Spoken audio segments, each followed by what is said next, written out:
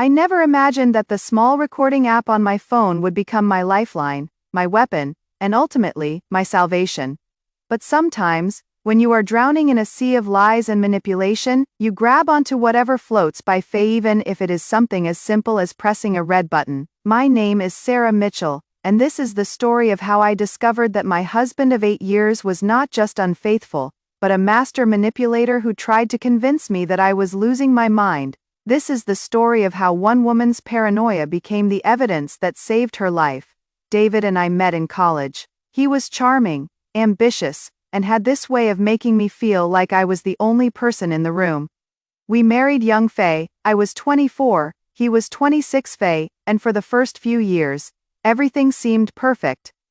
David worked in marketing for a pharmaceutical company, climbing the corporate ladder with impressive speed. I was a freelance graphic designer, working from our home office, managing my small but steady clientele. We had a beautiful house in the suburbs, 2 cars, and what everyone called the perfect marriage. But perfection, I learned, is often just a carefully constructed illusion. The changes started subtly. Around our 5th year of marriage, David began working late more frequently.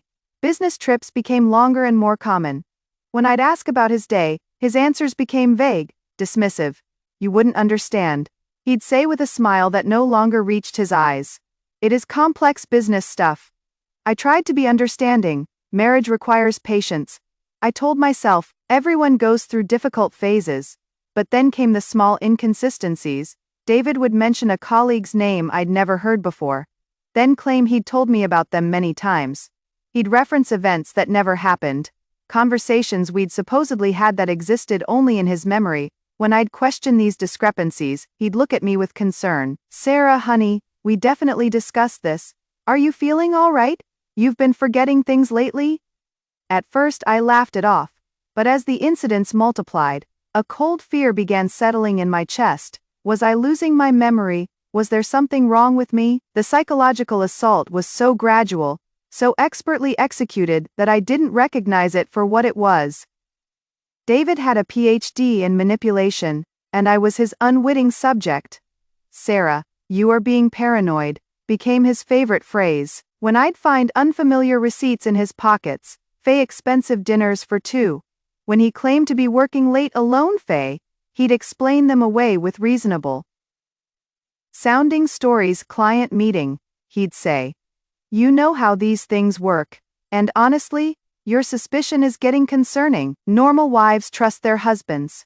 When I discovered a woman's earring in our car, David held it up to the light and examined it with theatrical confusion. "This is yours, isn't it?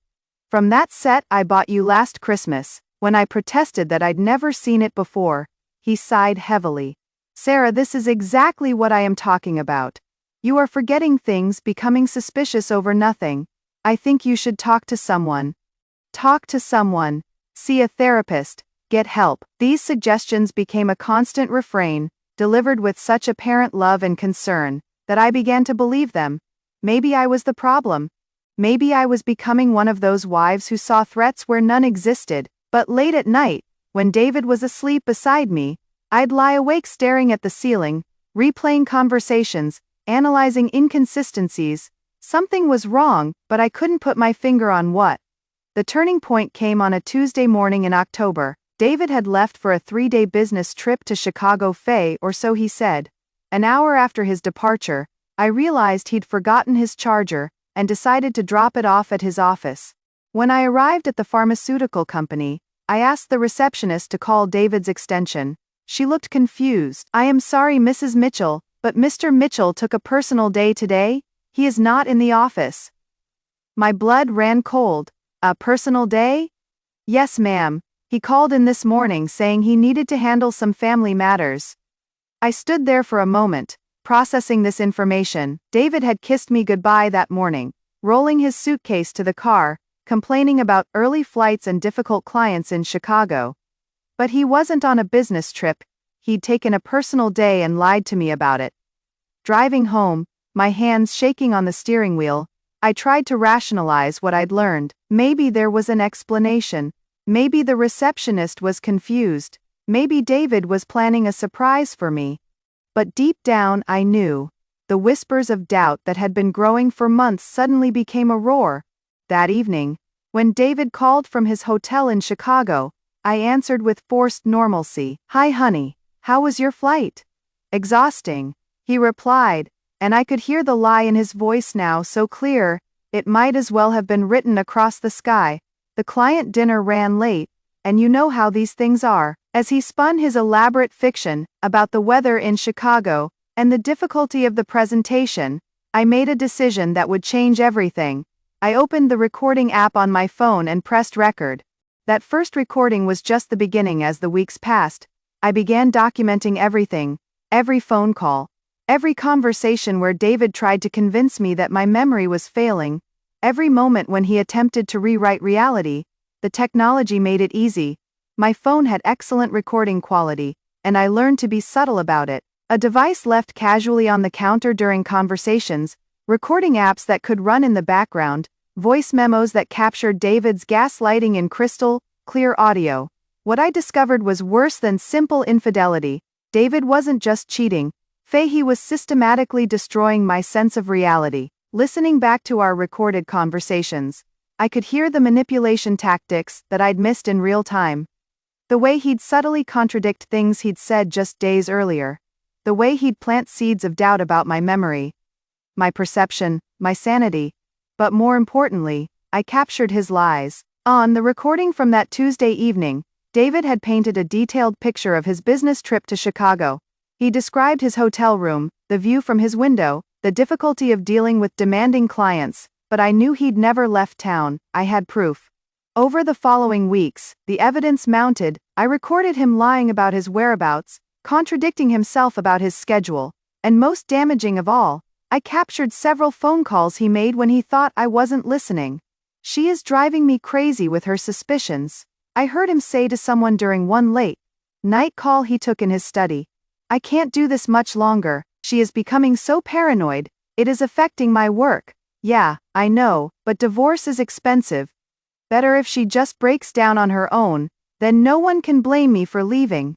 The cruelty of it took my breath away. My own husband was hoping I'd have a mental breakdown, so he could abandon me with a clear conscience. But the most shocking recording came 3 weeks later. I had suspected David was having an affair, but I couldn't have prepared myself for who his partner was. The revelation came through a phone call I recorded while pretending to nap on the living room couch. David thought I was asleep upstairs, but I'd crept down quietly when I heard him talking on his cell phone. His voice was low, intimate, filled with an affection that he no longer showed me. "I can't wait to see you tonight," he murmured. "This whole charade is killing me. I hate pretending to be the concerned husband when all I want is to be with you." The voice that responded made my world implode.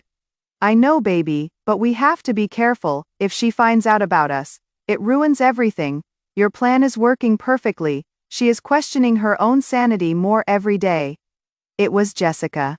My sister Jessica, my little sister, whom I'd helped through college, who'd been my maid of honor, who came to our house for family dinners every Sunday and pretended to console me when I expressed concerns about my marriage. The conversation continued, and each word was like a physical blow. "She actually asked me last week if I thought she was going crazy." Jessica laughed, and the sound was like glass breaking. "I told her that everyone had been worried about her lately, that maybe she should consider medication." The look on her face was priceless. "You are brilliant," David replied. "The way you've been supporting my story, making her think her own family is concerned about her mental health. It is perfect. She'll sign whatever divorce papers I put in front of her. Who is going to believe the word of a woman who is clearly unstable? And then we can finally be together." Jessica sighed. "I am so tired of sneaking around. Just a little longer, baby. Once she is completely broken down, once everyone believes she has had a mental break, I can play the part of the devastated husband who tried everything to help his troubled wife. The sympathy will be overwhelming, and the divorce settlement will be minimal. Who gives money to a crazy woman?" I sat on that couch, my hand clamped over my mouth to stifle my sobs, as the two people I trusted most in the world planned my psychological destruction with the casual cruelty of predators planning a hunt. But through my devastation, a cold anger was forming. They thought they were so clever, so sophisticated in their manipulation, They had no idea that every word of their conspiracy was being recorded. I didn't confront them immediately. Instead, I began planning my counterattack with the same methodical precision they'd used to try to destroy me. First, I made copies of all my recordings, storing them in multiple secure locations, cloud storage, external drives, even old-fashioned audio CDs, hidden in safety deposit boxes. I wasn't taking any chances. Next, I consulted with a lawyer, Faye, not just any lawyer, but Rebecca Stone, the most ruthless divorce attorney in the state. Rebecca had a reputation for annihilating unfaithful spouses in court, and her fee was worth every penny for what I planned to do. This is exceptional evidence, Rebecca said, after listening to several of my recordings. The conspiracy between your husband and sister, the premeditated psychological manipulation, the financial planning for divorce, based on fabricated mental health concerns, Faye. This is beyond typical infidelity, this is systematic abuse. What can we do with it? I asked. Rebecca smiled, and it was the smile of a shark scenting blood in the water. We can destroy him completely. The plan was elegant in its simplicity. David was already moving toward divorce, growing bolder in his manipulation as he sensed my growing instability. We would let him file first, let him present his case that I was mentally unstable and incapable of rational decision-making. Then, when he felt most confident, when he thought victory was assured, we would unleash the recordings. The key, Rebecca explained, is timing. We want him committed to his story, on the record, under oath, if possible. Then when we reveal the truth, he can't backtrack without admitting to perjury.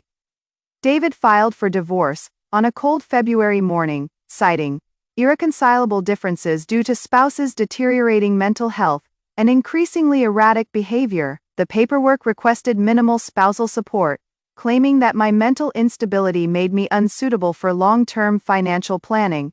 He served me the papers while I was having coffee in our kitchen, adopting an expression of sorrowful concern. Sarah, I've tried everything, he said, his voice heavy with feigned emotion. I've suggested therapy, medication, anything to help you through whatever you are experiencing. But I can't watch you destroy yourself anymore. I think some time apart will be good for both of us. I played my part perfectly, breaking down in tears, begging him not to leave me, promising to get help. David comforted me with the practiced ease of a professional actor, telling me that this was for the best, and that he hoped I'd eventually find the help you need. Jessica arrived within hours, summoned by David to help her poor sister through this difficult time. She held me while I cried, making all the right sympathetic noises, telling me that she'd been worried about me too, and that maybe this separation would give me time to focus on getting better. I've noticed you've been different lately, she said, stroking my hair with fake sisterly affection. Paranoid, forgetful. Maybe this is a wake-up call. Every word was recorded.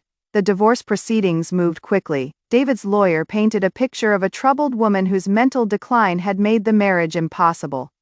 They submitted evidence of my erratic behavior, Faye incidents that David had carefully constructed and documented, moments he'd provoked and then used against me. But Rebecca played along, allowing them to build their case, encouraging them to commit to their narrative.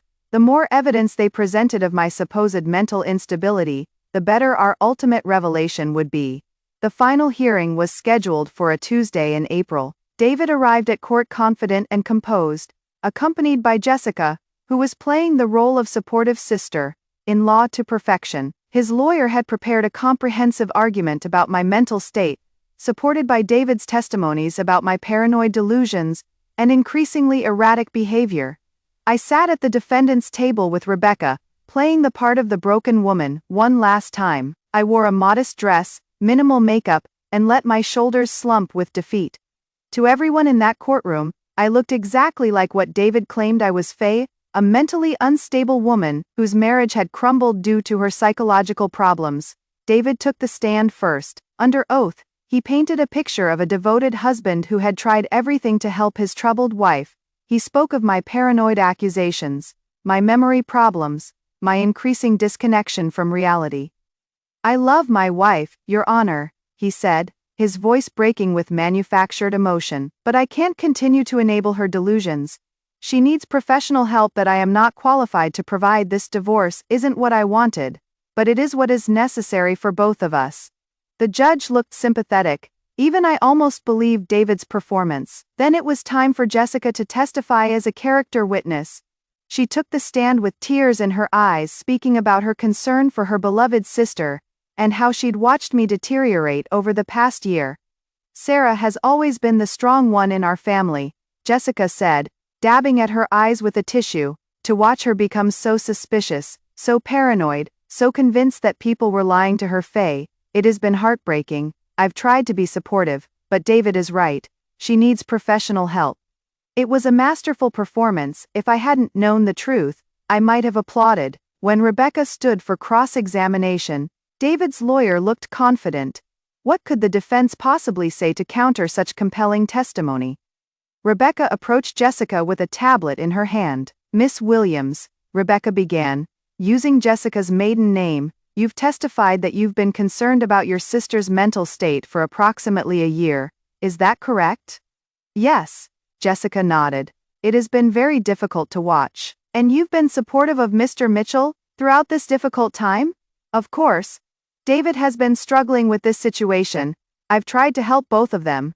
I see. And how would you characterize your relationship with Mr. Mitchell? Jessica's lawyer objected, but the judge allowed the question. He is my brother-in-law, Jessica said carefully. We have a friendly relationship. Rebecca nodded and tapped her tablet. Just friendly. I don't understand the question. Let me clarify, Rebecca said, then pressed play on a crystal, clear audio recording. David's voice filled the courtroom. I can't wait to see you tonight. This whole charade is killing me. I hate pretending to be the concerned husband when all I want is to be with you. Jessica's response followed. I know, baby, but we have to be careful. If she finds out about us, it ruins everything. Your plan is working perfectly. She is questioning her own sanity more every day. The silence in the courtroom was deafening. Jessica's face went white, and David half rose from his seat before his lawyer pulled him back down. But Rebecca wasn't finished. That was recorded 3 weeks ago, Your Honor. But there is more. She played Jessica's recorded laughter, as she described lying to me about my mental state. She played David's cruel commentary about hoping I'd have a complete breakdown. She played their discussions about the divorce strategy, their plans to minimize financial settlements, by portraying me as mentally incompetent. With each recording, the truth became undeniable. David and Jessica weren't concerned family members trying to help a troubled woman. They were conspirators who had systematically manipulated me, gaslighted me, and planned to destroy my credibility to facilitate a profitable divorce. The judge's reaction was swift and severe. He held David and Jessica in contempt of court for perjury and conspiracy to defraud the court system. But the legal consequences were just the beginning of their downfall. The recordings revealed not just infidelity and manipulation, but conspiracy to commit fraud. David's plan to claim I was mentally incompetent to reduce his financial obligations constituted an attempt to defraud both me and the court system. Rebecca had prepared for this moment meticulously. Instead of just defending against David's divorce petition, she filed counterclaims for emotional distress, intentional infliction of psychological harm, and fraud. The recordings were evidence not just of infidelity, but of systematic psychological abuse. Your Honor, Rebecca addressed the court. My client has been the victim of a calculated campaign of psychological manipulation designed to make her question her own sanity. This goes far beyond marital infidelity. This is systematic abuse with the intent to commit fraud. The divorce settlement reflected this reality. Not only did David receive no spousal support, but he was ordered to pay substantial damages for the psychological harm he'd inflicted. The house, the cars, the savings, everything went to me, along with additional compensation for the intentional infliction of emotional distress.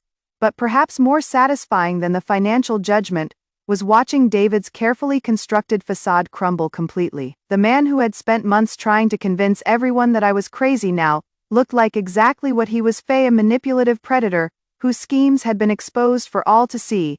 Jessica's life imploded even more dramatically than David's. The recordings revealed that she'd been actively participating in psychological manipulation of her own sister, and our entire family cut her off completely. She lost her job when the recordings went public. Faye, who wants to employ someone capable of such systematic cruelty. She and David's relationship didn't survive the public humiliation and legal consequences.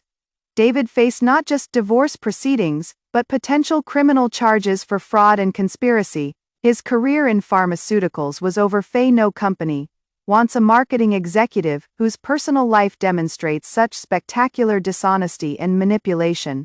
But for me, the most important result wasn't their downfall, Faye. It was my own restoration. For months, they had tried to convince me that I was losing my mind, that my perceptions were unreliable, that my memory was failing. The recordings proved that I had been right all along. My instincts, my suspicions, my growing certainty that something was wrong, Faye, all of it had been accurate. I wasn't crazy. I was being systematically manipulated by experts.